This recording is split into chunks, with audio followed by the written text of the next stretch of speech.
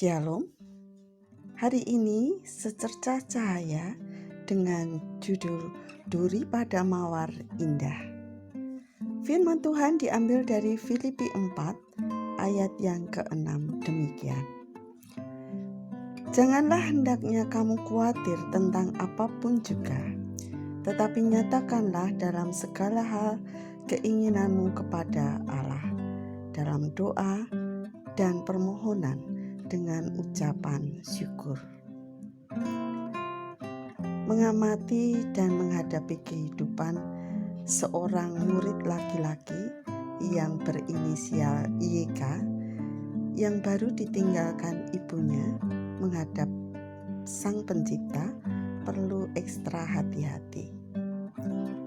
Sekalipun dari keluarga tidak mampu, namun siswa ini sebenarnya energik dan cukup cerdas.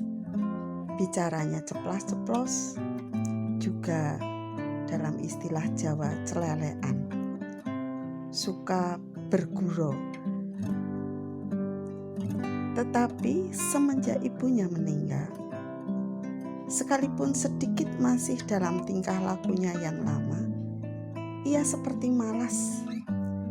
Sekolah selalu terlambat dan penampilannya awut-awutan. Suatu hari saya pikir dia terlambat lagi. Saya bertanya kepadanya, "Kenapa kamu terlambat lagi toh?" Lalu dia menunduk kemudian menangis. Saya membiarkan untuk sementara waktu menangis. Lalu ia menjawab, "Tuhan tidak adil kok, Bu," sambil mengusap air matanya. "Apa maksudmu dan mengapa kamu berkata seperti itu?" tanya saya hati-hati. "Ya, kenapa dia memanggil ibu saya? Padahal setiap pagi ibu membangunkan saya, makan dan baju sudah siap. Ibu membantu saya menyiapkan tas dan segalanya.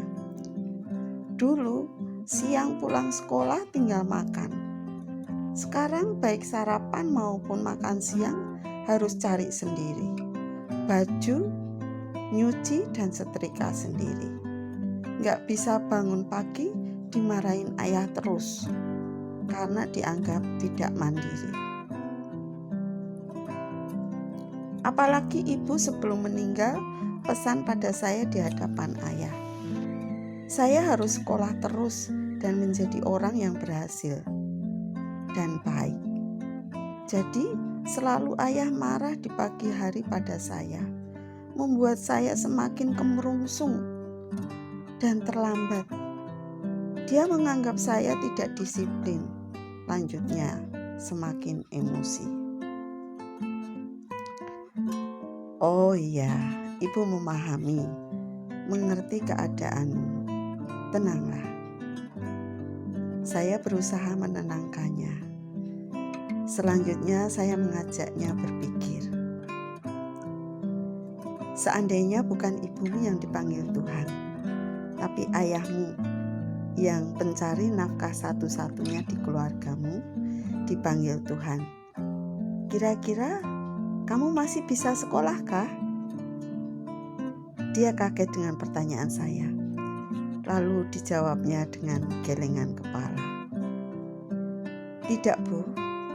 Ibu hanya ibu rumah tangga yang mengurus rumah dan tidak bekerja menghasilkan uang.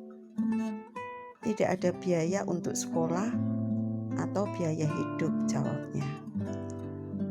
Nah, kalau begitu Tuhan adil dan sayang kamu. Tuhan menghendaki kamu sekolah terus. Bukankah ibumu juga berpesan seperti itu? Karena ayahmu harus mencari nafkah dan tidak ada yang membantu di rumah.